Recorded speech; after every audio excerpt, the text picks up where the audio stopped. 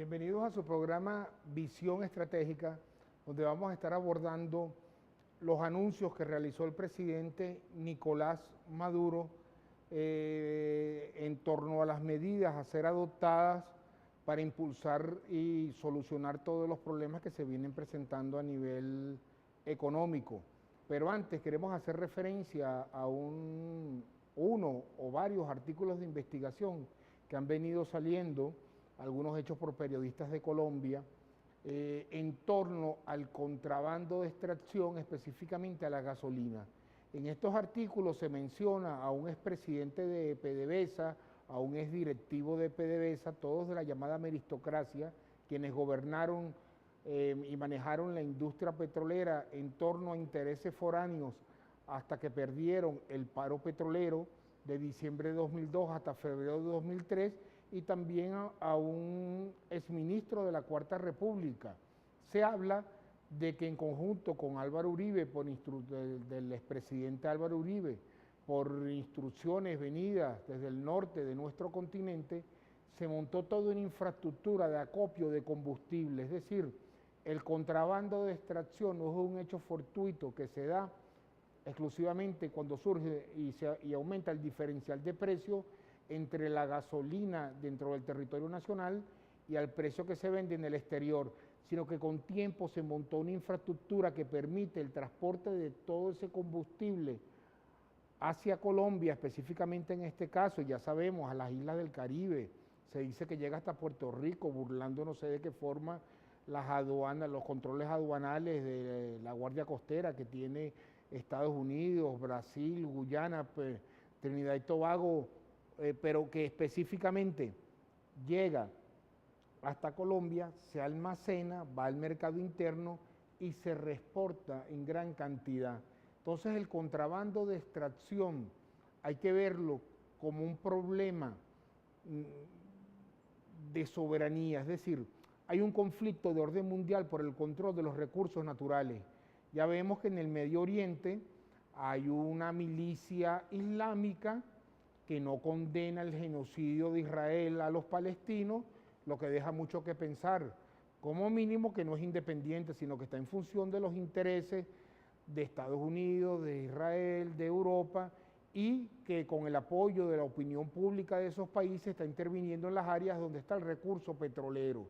Y el capítulo del conflicto global en contra de la soberanía, en contra de los estados-nación del mundo que tienen soberanía sobre sus recursos naturales, el capítulo Venezuela es el contrabando de extracción. ¿Cómo hacer que una economía que subsidia los alimentos y los bienes de primera necesidad sea inviable, montando toda una infraestructura para llevarse los productos al exterior, apoyados en el diferencial de precio, pero montando toda una infraestructura apoyada desde afuera? Entonces, el contrabando de extracción es parte de toda una estrategia en contra de la revolución bolivariana, es parte de la guerra económica y es parte del conflicto mundial por el control de los recursos naturales.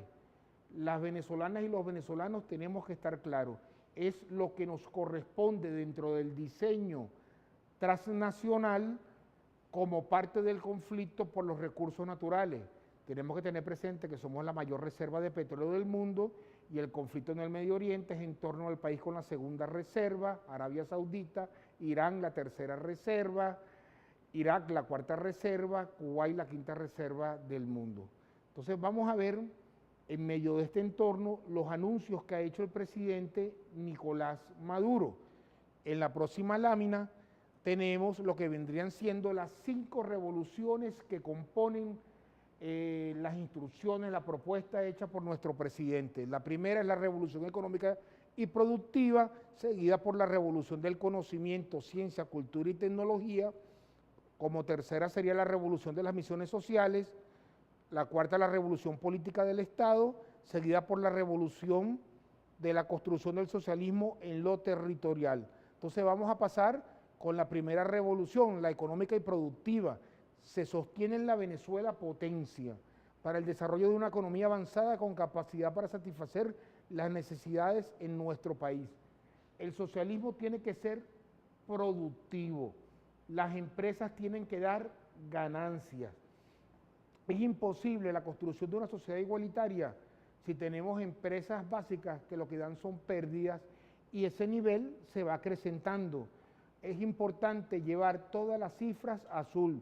Toda empresa tiene que ser productiva y hay un mercado, el mercado venezolano, la capacidad de consumo del venezolano da para aumentos importantes en los niveles de producción y sabiendo que hay toda una estrategia para destruir la economía nacional, bueno, hay que tomar las previsiones de que aún tomando las medidas en teoría económica necesarias para aumentar la productividad de las empresas, hay instrumentos de toda esta lucha transnacional en contra de la economía nacional que se utilizan para que estas medidas no rindan fruto. Es importante tener claro que en socialismo todas las empresas tienen que dar ganancia. Usted analiza cualquier esquema de sociedad igualitaria en el planeta y no existe un modelo que monte empresas para que den pérdidas. Y sobre todo los sindicatos tienen la responsabilidad de asumir la productividad en sus empresas como un asunto propio, es parte de su responsabilidad. Ahora vamos aquí al segundo punto, revolución del conocimiento, ciencia, cultura y tecnología.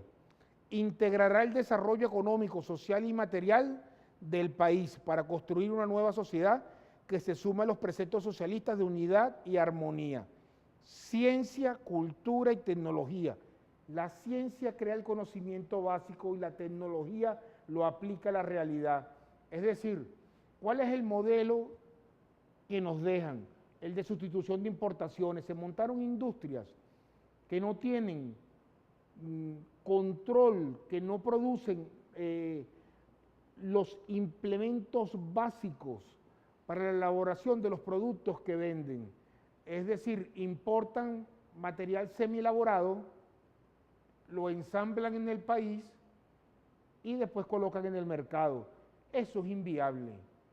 Por ejemplo, hay países en el Medio Oriente como Irán que están produciendo turbinas de generación eléctrica.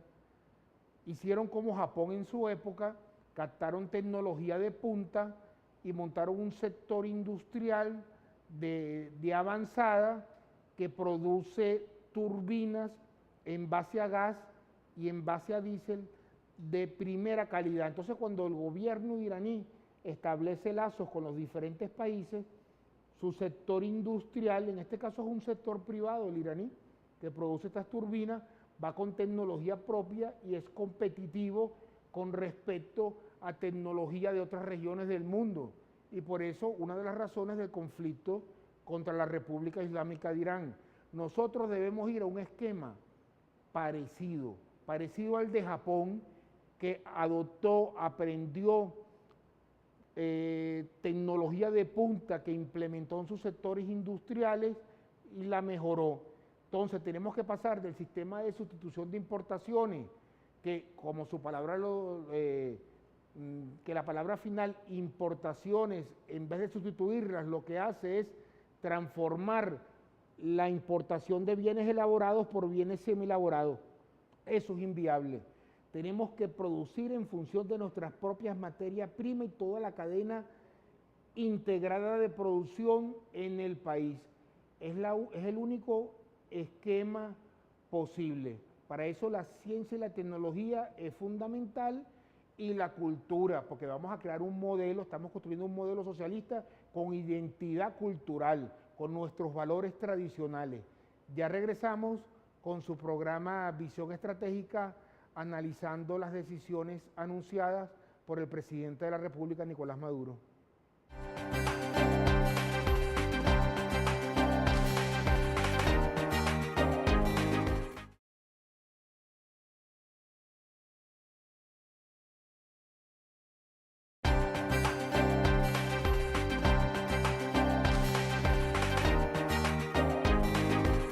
Seguimos con su programa Visión Estratégica y ahora vamos a analizar la tercera revolución. Estábamos viendo la última, que es la primera, la productiva, y lo segundo, la relación entre ciencia y tecnología para llegar a esa productividad y cómo desarrollamos nuestra economía para mantener nuestra identidad cultural. Y era la revolución del conocimiento, de la ciencia y la cultura y tecnología. La siguiente es la revolución de las misiones socialistas. Esto es importantísimo, esto es un éxito de la política implementada por el gobierno del presidente Nicolás Maduro, y quien no lo quiera reconocer es, en mi opinión, bien mezquino. Vamos a leerlo primero. Se basa en la creación de sistemas de misiones, programas sociales para consolidar cada una de las diferentes misiones en el país bajo un esquema de integración en un área en específico, en el barrio, en las zonas donde hay pobreza extrema. ¿Cómo abatir ese 5,5% de pobreza extrema que nos queda en Venezuela? La nueva sociedad mejorará las condiciones del venezolano en todos los ámbitos de desarrollo. Para esto es que producimos y vendemos petróleo para el desarrollo del país. Entonces, fíjense el esquema propuesto por el presidente Nicolás Maduro. Primero, la Venezuela productiva. No es posible la construcción del socialismo si no producimos, si nuestras empresas no dan ganancias, todas. Una empresa que no dé ganancias no tiene sentido. Es una forma de pérdida, de mal uso de la renta petrolera, mantener una empresa, por más importante que sea, que esté dando pérdida. Después, la ciencia y la tecnología para apuntalar nuestro desarrollo industrial en un esquema de identidad cultural. Somos un país con nuestras propias raíces y el desarrollo económico es para mantener esas raíces. Y después tenemos la redistribución de la riqueza generada. Y esa redistribución, el elemento básico, fundamental, son las misiones. Estas misiones tienen que ver con la ley de hidrocarburos que dejó el presidente Chávez, que permite una regalía de 30% más el impuesto de extracción, que da 33,3%, es decir, de cada 100 barriles producidos, 33,3 le corresponden al Estado, más la ley de precios extraordinarios y precios exorbitantes del mercado internacional de hidrocarburos. De ahí captamos la renta petrolera y la redistribuimos en los sectores más necesitados de la población a través de las misiones. Pero hay que mejorar la eficiencia de las misiones. La propuesta que hace el presidente es integrarlas para llevarlas en conjunto a áreas específicas donde se concentra la pobreza extrema, llegar a pobreza extrema cero. Entonces, tenemos que estar claros que el gobierno trabaja constantemente ubicando los sectores donde está esa pobreza extrema y se hacen las inversiones para que lleguen las misiones, un mecanismo de redistribución del ingreso petrolero. Vamos a producir, vamos a crear ciencia y tecnología y la riqueza la vamos a redistribuir con las misiones. Luego tenemos la cuarta revolución, que son las políticas del Estado. Tiene como objeto la construcción de un Estado democrático y de justicia social y de derecho, profundizar el Estado social y cambiar la estructura para que el pueblo sea protagonista de las decisiones. En otras palabras, el Estado debe abrirse a las necesidades que plantea el poder popular. Este mecanismo crearía una relación directa entre las necesidades que tiene la población y las políticas que implementa el Estado. Hace falta una reestructuración para pasar de un Estado burocrático que está en función de los intereses del capital a un Estado que esté en función de las grandes mayorías. Eso es sumamente difícil. Ya vemos, por ejemplo, y lo hacemos reiterativo, cómo se crea toda una estructura para el contrabando de extracción por la decisión soberana venezolana de subsidiar los alimentos y los bienes de primera necesidad. Lo mismo se da con el Estado. Hay intereses muy fuertes que viven del Estado burocrático en función de los intereses transnacionales y del gran capital nacional. Se toman medidas para reestructurar el Estado, pero son tergiversadas, no rinden efecto. Entonces tenemos que estar claros que cuando se trata de reestructurar el Estado va a haber fuerzas muy fuertes en contra y las derrotamos o no cambiamos.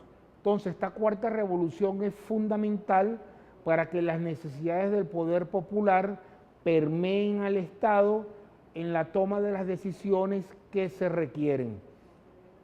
Una Venezuela productiva, con ciencia y tecnología e identidad cultural, con una redistribución del ingreso petrolero y todo, y en un futuro de todo un aparato industrial con capacidad de satisfacer el mercado interno y de exportar por su capacidad científico-tecnológica, y un Estado que toma en cuenta las necesidades que plantea el poder popular en vez de establecer trabas para no permitir que esas necesidades permeen. Y tenemos la quinta revolución, la revolución del socialismo territorial, la composición del territorio, cómo dividimos el territorio, cómo establecemos las diferentes unidades político-administrativas que establezcan, que implementen las decisiones del gobierno central, porque es fundamental en toda política territorial. El Estado central es básico para mantener la integridad territorial, sobre todo de un país con la cantidad de recursos naturales con que cuenta Venezuela. Pero hay que establecer un esquema de eficiencia en el uso de esos recursos y, por ejemplo, las comunas es un esquema fundamental que permite, en función de las necesidades de las comunidades, redistribuir el ingreso petrolero para la adopción de las medidas necesarias. Entonces tenemos, su objetivo es la reorganización de los servicios, la consolidación del modelo comunal de desarrollo y de vida, así como asumir el modelo ecosocialista en función de la naturaleza, de la preservación del medio ambiente, para planificar el futuro de las nuevas generaciones. Cuidar el medio ambiente como no lo han hecho los países desarrollados, que son los culpables del cambio climático. Ahora, ¿cómo vamos a desarrollar todo este esquema? Contamos con el ingreso petrolero. Y el elemento fundamental en el ingreso petrolero es que el presidente Chávez rescató el precio del barril de petróleo cuando ordenó en 1999 que se cumpliera con la cuota de producción de la OPEP. Es decir, en el año 98, como ejemplo, cuando gobernaba Rafael Caldera, la OPEP le pidió a Venezuela que produjera 2.800.000 barriles diarios aproximadamente, y el país estaba produciendo 3.300.000 barriles diarios. Tal era así que PDVSA tenía dos contabilidades, con la cuota OPEP y sin la cuota OPEP. Imagínense el relajo.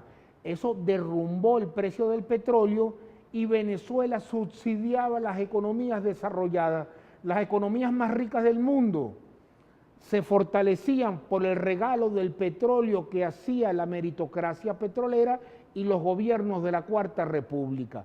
Es el presidente Chávez quien rescata a la OPEP, Venezuela como país fundador, y realiza en el año 2000 la segunda cumbre de primeros mandatarios de la organización. El 14 de septiembre, el domingo, este domingo, para los que ven este programa, pudiera ser hoy, se están cumpliendo 54 años de la creación de la OPEP.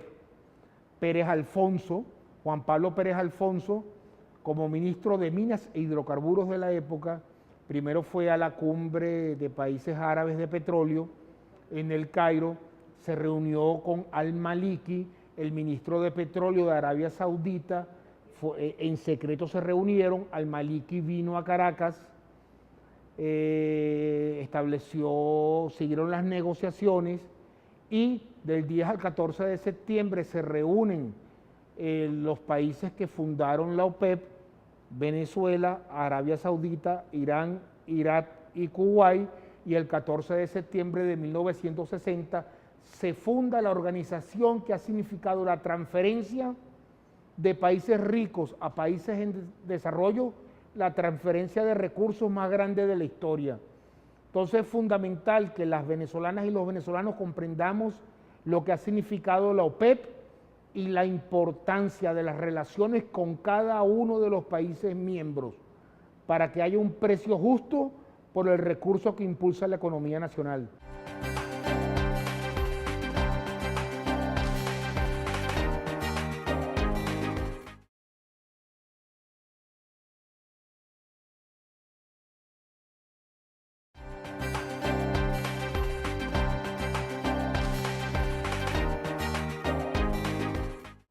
Continuamos con su programa Visión Estratégica y nos visita el economista Julio Escalona, ampliamente conocido en Venezuela, líder histórico de la Liga Socialista, es el representante de Venezuela alterno ante las Naciones Unidas, es director de la Escuela de Economía de la Universidad Central de Venezuela, justo hasta el paro petrolero, ¿no? Que es una historia bien interesante, bueno, y muchas cosas más que pasaríamos todo el programa pues narrando un currículum tan amplio. Y estábamos conversando específicamente fuera de cámara sobre aspectos interesantes de las Naciones Unidas, sobre los idiomas bajo los cuales se fundamenta de manera oficial los diferentes eventos que se hacen en las Naciones Unidas, que estábamos diciendo que era chino, árabe, francés, inglés, español, es decir, esos son, se puede decir que se acepta en las Naciones Unidas que hay, si se puede llamar, civilizaciones, así los llamaba el choque de civilizaciones. Huntington, ¿no? Que Huntington a su vez es bien interesante porque él no menciona petróleo en sus libros, Choque de Civilizaciones, pero lo da a entender. Como buen neoconservador. Pero un libro muy reaccionario. Es un libro reaccionario, pero lo reaccionario no quiere decir que no sea inteligente, ¿no? No, sí, es interesante el libro. Es interesante, porque él dice, ya estamos ya pasando a otro tema, pero ya vamos al grano, ¿no? Él dice que el conflicto a nivel mundial va a surgir en el mar del sur de China, es su conclusión. Claro, él lo que no dice, porque los neoconservadores lo niegan, porque es parte de su estrategia, es que en el mar del sur de China están una de las reservas de petróleo más grandes del mundo y hay una disputa entre dos países que en su momento hicieron grandes revoluciones, como China y Vietnam, que se disputan el control de unos islotes, el que tenga control sobre el islote tiene el mar territorial, y bueno, Estados Unidos ha llegado a un acuerdo junto con Vietnam y Filipinas para contener a China. O sea que hay el trasfondo petrolero está en el choque de civilizaciones, disfrazado, escondido, pero él como intelectual deja entender que él entiende lo que está pasando. No sé qué piensas tú, Julio. Bueno, el problema del sur del mar de China es más complejo incluso, porque es que por el mar del sur de China pasa el petróleo que va hacia China. Entonces, el estrecho de Malaca, ¿no? Sí, entonces hay un cordón de islas que hay una estrategia que recibe el nombre de collar de perlas, y es que Estados Unidos ha ido creando bases militares en todas esas islas, cercando estratégicamente a China. No para una invasión, porque con la población que tiene China y la preparación que tiene, hoy no es fácil pensar en una invasión terrestre, invadir la tierra china. El cerco es más bien logístico, para entorpecer e incluso impedir el tráfico, el transporte de petróleo hacia China, porque China depende enormemente de petróleo importado. Es quizá, junto con Estados Unidos, los más importantes importadores de petróleo del mundo, como tú bien lo sabes. Entonces ese problema es mucho más complejo, y más que un problema civilizatorio, es un problema geopolítico. Buena parte de la geopolítica mundial se está resolviendo ahí, ¿no? Se está resolviendo en el centro de Asia, que desde la época de los geopolíticos como Mackinder llamó eso el corazón del planeta, y decía que el que controlara esa área controlaría el mundo. Entonces hay un juego geopolítico muy importante que está trasladado hacia el Asia y esa zona euroasiática. Entonces es un problema geopolítico y es un conflicto de intereses económicos, políticos y culturales. No es exactamente un choque de civilizaciones, ¿no? Hay varias civilizaciones ahí cruzadas y mezcladas. Claro, el problema de fondo es el control de la energía, diría yo, quiero saber tu opinión, ¿no? Y dentro de la energía el petróleo por ser la fuente primaria de mayor calidad, ¿es esto correcto? No, eso es correcto, pero además el problema es que, como tú bien lo sabes, desde el punto de vista económico, Estados Unidos va perdiendo ventajas con China y en general con otros países de Asia y en general en el mundo, ¿no? Entonces, la superioridad que Estados Unidos se plantea es la superioridad militar. Pero llegando a este punto, aclaremos mejor otra cosa. Hay un poder mundial constituido que se ha colocado por encima de todos los estados, incluso del Estado estadounidense, que está avalado y fundado en la hegemonía del capital financiero. El capital financiero, digo yo, y creo que se puede demostrar, ha dado un golpe de Estado mundial y ha eliminado o intervenido la democracia y los derechos humanos. Y eso se prueba con las leyes que aprueba el Congreso de Estados Unidos. Son la Ley Patriota, la Ley de Seguridad Nacional, que son todas leyes que permiten la detención sin fórmula de juicio a cualquiera sospechoso de terrorismo, una lista negra de sospechosos de terrorismo que diariamente son asesinados por orden del presidente de Estados Unidos, Obama, el que estuviera antes o el que venga. La tortura se ha legalizado, las cárceles clandestinas se han legalizado, es decir, todo lo que era el instrumental de derechos, que era un acervo de la humanidad a través de siglos, ha sido eliminado de un plumazo. Entonces, en el mundo, la vigencia de los derechos humanos, pese a que Estados Unidos hace guerra en nombre de la democracia y los derechos humanos, es la idea de democracia y derechos humanos que ellos tienen. Pero lo que hay en el mundo es un golpe de Estado que se dio y que conduce a la violencia. Entonces, hay lo que yo he denominado la estrategia imperial de guerra permanente, y es que en el mundo no hay paz. Hay una ilusión de que vivimos un mundo pacífico, regulado por las Naciones Unidas, pero no es verdad. Lo que existe permanentemente es la violencia, la guerra, el terrorismo, y el terrorismo es financiado por instituciones estadounidenses, por Arabia Saudita, y por países que están de muchas maneras vinculados con el capital internacional y particularmente el capital financiero. Entonces, en el mundo actual, lo que se debate no son tanto intereses de un Estado con respecto a otro, sino los intereses del capital y de aquellas regiones del mundo donde ese capital se siente amenazado. Por eso es que el problema del capital hoy no es tanto el socialismo o cualquier ideología radical que algún Estado o pueblo pueda profesar, sino el carácter soberano de los Estados y los pueblos. Las fuerzas imperiales hoy son enemigas fundamentalmente de cualquier Estado soberano.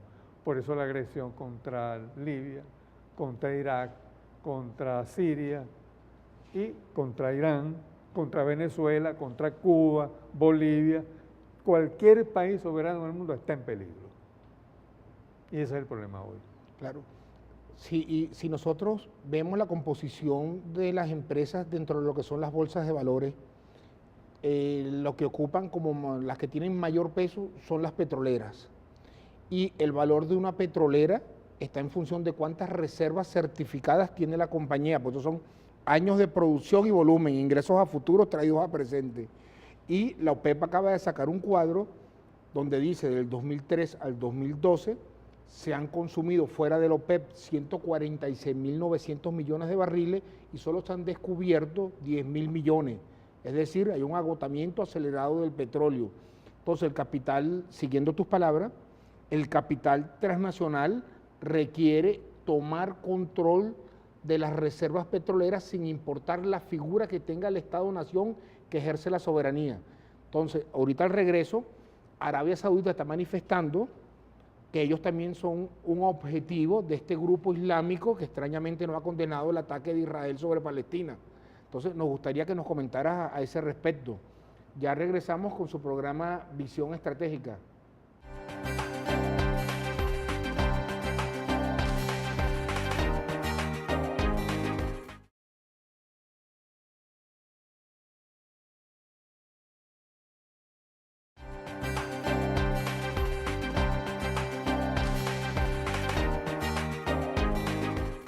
Continuamos con su programa Visión Estratégica con el doctor Julio Escalona y te preguntábamos, el control de las reservas de petróleo, es decir, detrás de siguiendo tu discurso, detrás del Estado-nación norteamericano e israelí, que son los que controlan este Estado islámico, esta milicia que les permite intervenir en el Medio Oriente, están por detrás las transnacionales que son los que hacen los lobbies, las grandes compañías petroleras.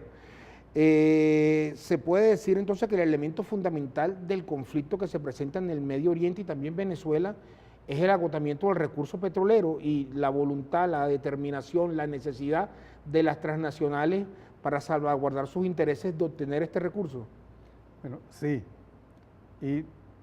pero el problema petrolero está vinculado a una visión geopolítica y geoestratégica y en general al control de los recursos naturales, de tal manera que podemos, por supuesto, privilegiando el petróleo, pero hablar de que en general hay una guerra por el control de los recursos naturales, porque hay recursos estratégicos como el coltán, por ejemplo. Entonces, parte de las intervenciones que se han hecho en África es para capturar el coltán que hay en África, y en Venezuela hay coltán también. Venezuela hay de todo, hay oro también, que actualmente se ha apreciado de nuevo, sobre todo China y Rusia, están tratando de adquirir oro en el mundo entero. Y por supuesto, el capital financiero no es ajeno a ese hecho, que además los bancos controlan las reservas de oro. En general hay una guerra por los recursos naturales y eso crea movimientos geopolíticos en el mundo que se expresan a través de la guerra, de la violencia, del magnicidio, de la desestabilización. Precisamente yo escribí un trabajo que está publicado en Aporrea y en la página de paturgente.com que se llama La estrategia de ingobernabilidad permanente del proceso bolivariano, que es convertir este proceso en ingobernable hasta su derrocamiento, porque Venezuela tiene petróleo, pero además tiene una posición estratégica. Y la segunda mayor reserva de oro del mundo en el peor de los casos. Exactamente, pero como tiene uranio, tiene coltán, hierro, acero. ¿Qué es lo que no hay en nuestro? Agua. Las guerras del futuro se dice que van a ser por el agua. Es decir, la guerra en Libia. La guerra en Libia tuvo varios problemas de los que se habla poco. Por supuesto el petróleo, que es el más visible, pero además el mar de agua dulce que existe en el subsuelo libio, que Europa le pone el ojo porque Europa fue agotando sus reservas de agua. Aunque necesitas mucha energía para llevar esa agua de África a Europa, interviene de nuevo el petróleo, ¿no? Claro, pero esa agua está ahí. Está ahí. Está ahí. Pero además, Gaddafi, que tenía una visión estratégica también, creó lo que él llamó el dinar de oro. El dinar de oro está apuntalado más o menos por 200.000 toneladas de oro que tenía Libia y por una masa de reservas en dólares gigantescas. Es decir, Gaddafi podía crear una moneda con un sólido respaldo. Y Gaddafi pretendía en la región africana, y como Gaddafi financiaba muchos de esos países africanos, tenía una importante influencia en la región africana. Por eso que la Unión Africana fue la última organización multinacional que estuvo de alguna manera respaldando a Gaddafi, ¿no? Entonces, en esa región de África, desplazar al dólar y al euro, entonces inmediatamente Sarkozy, en ese entonces el presidente de Francia, dijo que Gaddafi es un enemigo de la estabilidad monetaria mundial, por supuesto, y ese es uno de los factores claves en la invasión. Entonces, por eso, al lado de la energía, están otros como el agua. Parte de la guerra de Israel es también por los recursos de agua, y es también, por supuesto, los recursos petrolíferos que tiene la Franja de Gaza, ¿no? Y cuando se invade Irak, es porque el Tigris y el Éufrates, esos ríos bíblicos, son de las pocas fuentes de agua dulce que quedan ahí. Entonces, como verá, siendo cierto que la energía es clave, un eje, en general la guerra por los recursos naturales es un problema en general del sur, porque por razones que no sabemos, de la divina providencia, en fin, la mayor parte de los recursos naturales que todavía existen están en el sur. Claro, porque tenemos que Richard Nixon abandona el patrón oro en el año 71, ¿no? Y en el año 74 Kissinger firma, a través de Kissinger, el secretario de Comercio de los Estados Unidos, en conjunto con la Autoridad Monetaria de Arabia Saudita, un acuerdo donde se dice que se estipula que la venta del petróleo se hace en dólares y esos dólares se colocan en la bolsa de Nueva York y en la bolsa de Londres, donde se dan los préstamos al resto del mundo. En el 75, la OPEP asume la venta del petróleo en dólares. Entonces, tenemos que el sistema mundial está basado en la relación petróleo-dólar, un sistema del cual se ha beneficiado normalmente China, o sea que no es tan simple su cambio, tiene todas unas bases, pero el agotamiento del recurso petrolero en sí mismo, se consume más de lo que se descubre de petróleo convencional como mínimo, como estábamos hablando, hace que el sistema vaya cayendo por su propio agotamiento y el oro va tomando fuerza.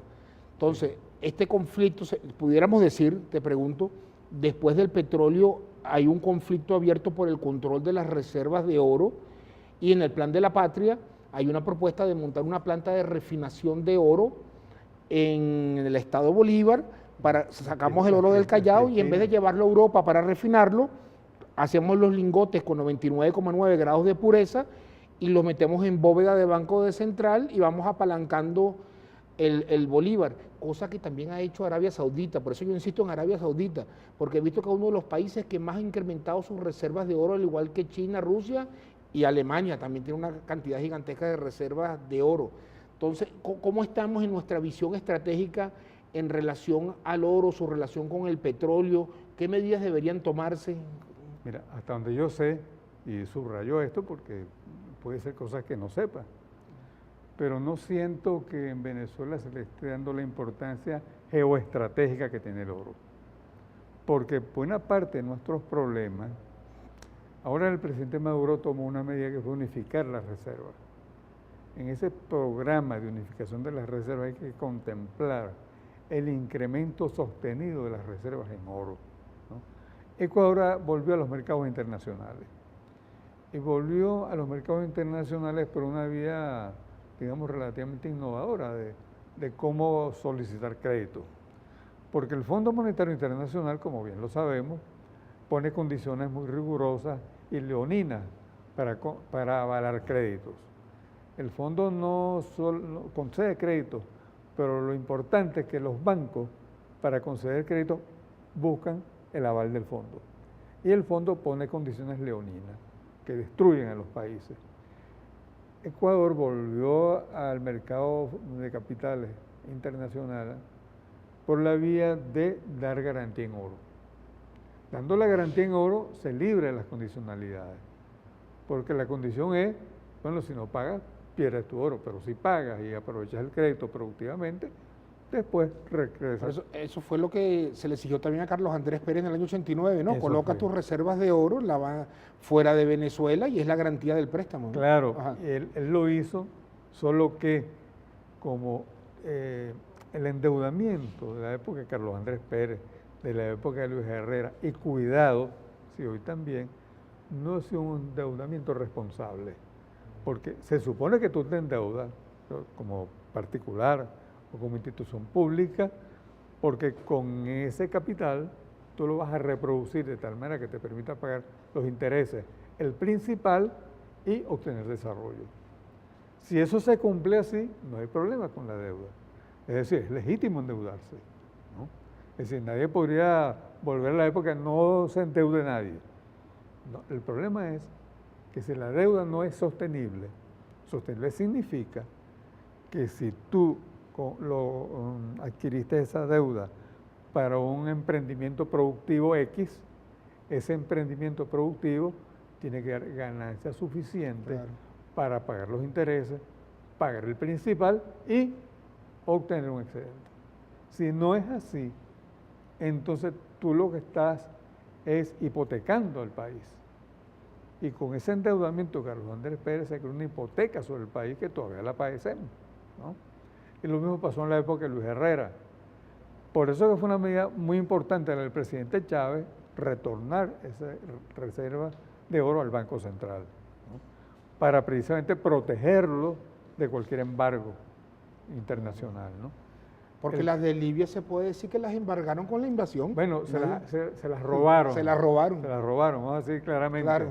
Estados Unidos y los europeos se robaron las reservas internacionales tanto en oro como en dólares que Libia tenía y en otras monedas, ¿no?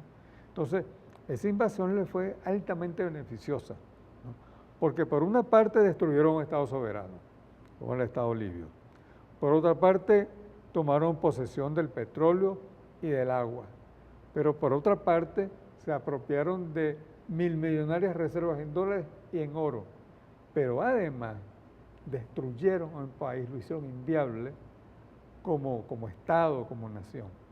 Yo he escuchado aquí en Venezuela algunas observaciones de que Estados Unidos no tuvo la capacidad de, después de invadir a esas naciones, transformarlas en estados viables. O no querían, o no tuvo la capacidad, o el plan es que no sea un estado viable. El plan es que no sea. Sí. Ese es el plan. Ese es un buen punto.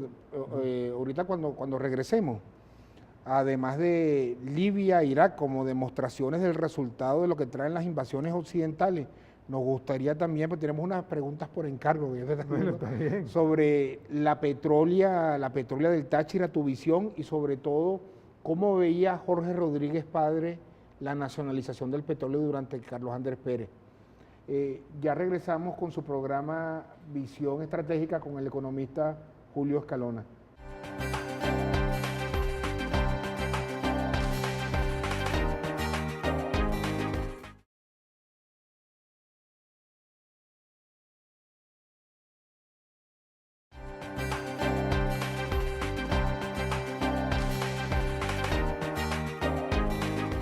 Continuamos con su programa Visión Estratégica y estábamos tocando cómo parte de la estrategia de Occidente impulsada por los Estados Unidos es fraccionar los países que son invadidos, la destrucción del Estado-nación. En este caso, las milicias libanesas, unas islámicas, otras que se derivan de lo que fue en su momento el Ejército Nacional, luchan por el control de los campos petroleros y se financian vendiendo petróleo. Yo siempre me he preguntado, bueno, ¿y quién les comprará este petróleo? Los países que consumen petróleo. O sea que es el propio Occidente, a través del mercado petrolero, quien financia el fraccionamiento y la destrucción del Estado central. Ahora te pregunto, el contrabando de extracción, qué casualidad que la gasolina ocupa un elemento fundamental y salió en Aporrea un artículo de investigación de periodistas colombianos donde dicen que un presidente de PDVSA y exdirectivos de la antigua PDVSA, de la meritocracia, personas que ocuparon altos cargos en la Cuarta República, en conjunto con el expresidente de Colombia, Álvaro Uribe, bajo sus instrucciones, pero ya sabemos dónde parte la instrucción original, montaron centros de acopio de gasolina con anticipación, o sea, toda una infraestructura para desangrar el país. ¿Es el contrabando de extracción el capítulo Venezuela de la guerra del Medio Oriente, se pudiera decir? Bueno, fíjate, no sé si exactamente un capítulo de la guerra del Medio Oriente, ¿no? Pero sí es un capítulo de esa estrategia mundial fundada en la violencia y en la guerra para destruir a los estados nacionales, sobre todo los estados nacionales soberanos. Por supuesto que sí, en este marco, ¿no? O en este proceso más que marco, ¿no? Efectivamente, Venezuela como país soberano ocupa un lugar muy importante en la geopolítica del petróleo, en la geopolítica de construir bloques de estados soberanos para sustentar la soberanía frente a las agresiones imperiales. Es decir, la importancia de Venezuela desde el punto de vista geopolítico y geoestratégico es muy grande, que se fundamenta además en que tiene casi que toda clase de recursos naturales. Hay un ataque contra Venezuela. Aquí se vino hablando de la invasión a Venezuela y se pensó en una invasión de soldados atravesando la frontera de Venezuela. Incluso Uribe se planteó, si no recuerdo mal, en 2010, en una reunión de la OEA de 2010, un ataque misilístico contra zonas del Zulia y de la frontera venezolana, ¿no? Pero resulta que el modelo de la invasión no es ese. El modelo de la invasión es una invasión silenciosa, que es la penetración de grupos narcoparamilitares que han venido penetrando y han ocupado zonas del país. Hay que revisar bien porque es posible que el país esté perdiendo soberanía territorial. Hay lugares que han ido siendo ocupados por estos narcoparamilitares, utilizando como política lo que se ha venido llamando el microtráfico de drogas y los microcréditos. El microtráfico de drogas es el microtráfico de los pobres, de pequeñas cantidades, a través de las cuales se crea la adicción, producen dinero, o sea, dinero fácil. Descompones la base social del país. Descompones la base social del país, corrompe, creas bandas y generas las guerras de pandillas, que son buena parte del componente de inseguridad que hay en el país. Y las de microcrédito, que te crean otra atadura, que es que no tengo para la bodega, te doy un crédito y quedas amarrado. Y finalmente el crédito lo puedes pagar con droga. Bueno, vendes droga, obtienes ingresos y pagas.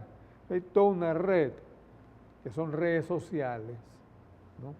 Perversas, pero redes sociales, que significan que hay una invasión silenciosa, que no sé qué medidas se están tomando frente a esa invasión.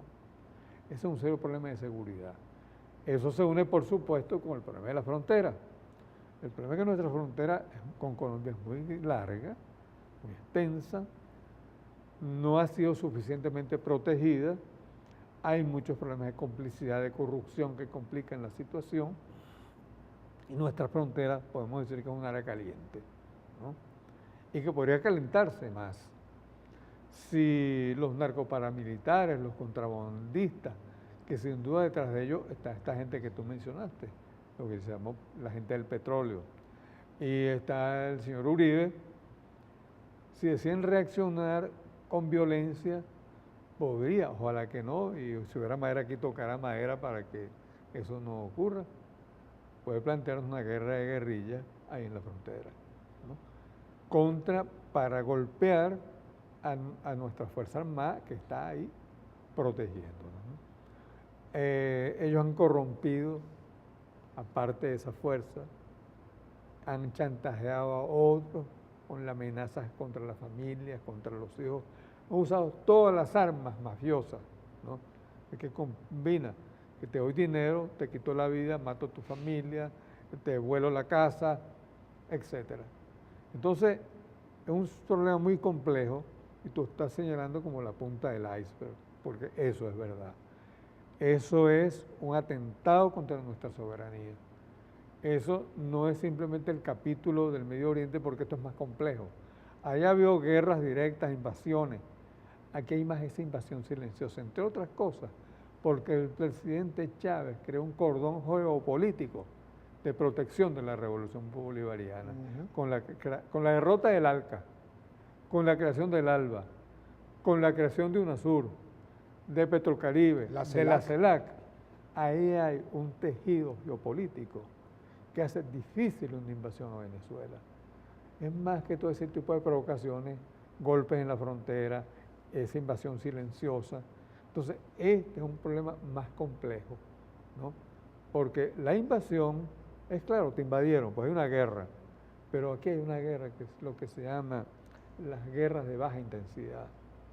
O sea, yo pudiera decir que estamos viviendo un capítulo del paro petrolero y del paro empresarial actualmente en Venezuela, pero más sofisticado, es decir, han aprendido de los errores que cometieron en el pasado y buscan confundir a la población. Bueno, yo no lo llamaría exactamente así, sino que más bien estamos viviendo, somos parte de ese proceso geopolítico mundial que yo te dije antes, que está caracterizado por la violencia y la guerra.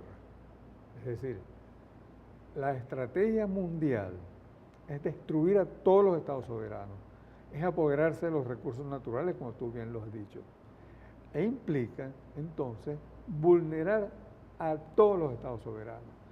Ensayaron el golpe de abril de 2002, ensayaron el paro petrolero y no le funcionó. Pero ahora fue publicado un análisis que hizo Luis Enrique Gabasud, no sé si lo viste, que lo citó Luis Brito el domingo pasado, donde él agarró todas las estadísticas sobre la entrega de divisas. Demostró como desde 2004, año de qué, del control de cambio. Desde el 2004, año del control de cambio, comenzaron a trabajar para transferir capitales para el extranjero. Y transfirieron cerca de 60.000 millones de dólares que es mucho más que nuestras reservas internacionales. Sí. ¿No? De esa manera debilitaron nuestras reservas internacionales y emprendieron la conspiración contra el Bolívar, ¿no? Y debilitaron el Bolívar, generaron el proceso de devaluaciones y a eso se ha unido entonces la guerra psicológica fundada en la escasez, la inflación, el contrabando. Es un proceso sumamente complejo de guerra de baja intensidad. La guerra de baja intensidad se caracteriza porque hace un uso limitado de la fuerza armada, el necesario. Lo demás es guerra mediática, guerra psicológica, desmoralización, desestabilización, atentados, secuestros express, asesinatos. Es crear una situación parecida a lo que está pasando en el país, donde la gente se siente angustiada, insegura. No va a pasar en Venezuela porque ellos lo que no están tomando en cuenta es que aquí hay un pueblo. Esa labor de educación que hizo Chávez no se perdió. Es decir, este pueblo ha demostrado varias veces que en los momentos difíciles decide cómo es. Por eso derrotó el plebiscito ilegal que propuso Capriles en diciembre pasado. Y esa derrota de ese plebiscito fue clave para salvar el proceso bolivariano. Oye, ahí uno puede inferir que entonces la misión de la oposición como brazo del capital financiero internacional es destruir el Estado-Nación. Eso es un peligro. Es verdad. Ahora, las otras dos preguntas que te hice, el papel de la petrólea, el rescate de la petrólea, como diría coloquialmente, bueno, ¿con qué se come eso? ¿Para qué nos sirve rescatar realmente lo que ha sido la historia petrolera venezolana con el comienzo de la producción por parte de una empresa venezolana, una empresa mixta, que fue acabada por las presiones de las compañías transnacionales del petróleo, casualmente las mismas que están formando todo este lío en el Medio Oriente, tras Bastalina? Y el segundo punto, la opinión de Jorge Rodríguez sobre el proceso de nacionalización petrolera del año 76, en contraposición al que realizó el presidente Chávez en el 2007. Son muchas preguntas, ¿no? No, vamos a comenzar por la última, que es sobre mi hermano, mi compañero Jorge Rodríguez, ¿no? Que de esta manera una vez más le rindo homenaje aquí en este programa, ¿no? Porque Jorge tuvo una visión estratégica, profunda e importante, ¿no? Y eso lo resumió en una consigna. Y en la organización de lo que fue la marcha antiimperialista que hizo la Liga Socialista en 1976, cuando la nacionalización del hierro y el petróleo por Carlos Andrés. La Liga Socialista, y especialmente Jorge Rodríguez, cuestionó esa nacionalización y demostró que era una falsa nacionalización. Y Jorge, la Liga Socialista, los que estamos en la OR en esa época, propusimos la marcha antiimperialista que fue desde Caracas hasta Cabimas, hacia la zona petrolera, con una consigna: el hierro y el petróleo siguen siendo yanquis. Y esa consigna resumió el planteamiento de Jorge Rodríguez. Es decir, hay una falsa nacionalización. ¿Y se realizó la marcha? ¿Se llegó hasta Cabimas? Claro, se hizo una marcha por todo atravesando el país hasta Cabimas. Una marcha importantísima, ¿no? Heroica, porque con muy pocos recursos, como esa punta de pulmón, de pierna, de coraje, ¿no? El 31 de diciembre. Eso debe ser más divulgado. Eso, sí, son acontecimientos. Eso está en la historia. Eso está en la historia. Algún día vas a recoger un hecho histórico. Porque el 31 de diciembre, entre 1995 y 1996, ese día, cuando todo el mundo está celebrando el Año Nuevo, los militantes de la Liga Socialista salieron por todo el país a pintar una consigna: el hierro y el petróleo siguen siendo yanquis, cuando Carlos Andrés Pérez estaba lanzando el decreto de nacionalización. O sea, simultáneamente con ese decreto salió la Liga Socialista a pintar las paredes de buena parte del país con esa consigna. O sea, que es verdad que ese proceso de nacionalización fue un acuerdo con las compañías transnacionales para evitar los 40 años que estableciera la ley de Medina Angarita, bueno, que era la reversión de los activos. Fue una consecuencia de la ley de reversión, como tú bien lo sabes y como bien lo estás diciendo. Sí. Ahora, el otro punto, ¿no? ¿Tenemos tiempo para el otro punto? Bueno, ahí nos están haciendo más señas que... Pero, bueno, favor, vamos a tener que hacer otro, programa entonces, ¿no? Repíteme varios la pregunta. programas. Repíteme la pregunta. La petrólea. La petrólea, está bien. Ah, La petrólea. La petrólea del Táchira. Bueno, tú en la pregunta, tú mismo dijiste por qué es importante. Bueno, la petrólea es un modelo que pudo fundamentar eso que se llama el desarrollo desde dentro y no desde afuera, ¿no? Porque el desarrollo desde fuera es el que viene pautado, programado por las transnacionales petroleras. Entonces, la petrólea del Táchira, cuando insurge, plantea un modelo de desarrollo desde dentro usando el petróleo, pero no destruyendo la agricultura, no subestimando la industria. Entonces, la petrólea del Táchira plantea un modelo que ha podido armónicamente ser el pilar o ser la dimensión a partir de la cual tú integraras la economía venezolana. Y en lugar de ser un país monoproductor, hemos podido ser un país diversificado, soberano e independiente. O sea que para entender el subdesarrollo en Venezuela es indispensable una explicación de por qué las transnacionales y sus consecuencias eliminaron a la petrólea del Táchira. No solo para entender el subdesarrollo, sino un capítulo muy importante, que es cómo, con la aparición del petróleo, pudimos haber marchado por un camino independiente, o como ocurrió, con la aparición del petróleo, nos subordinamos más al capital internacional. Perfecto. Bueno, muchas gracias, Gracias Julio. a ti. Muchas gracias, profesor. Gracias. Gracias por habernos acompañado en su programa Visión Estratégica y los esperamos en una nueva oportunidad.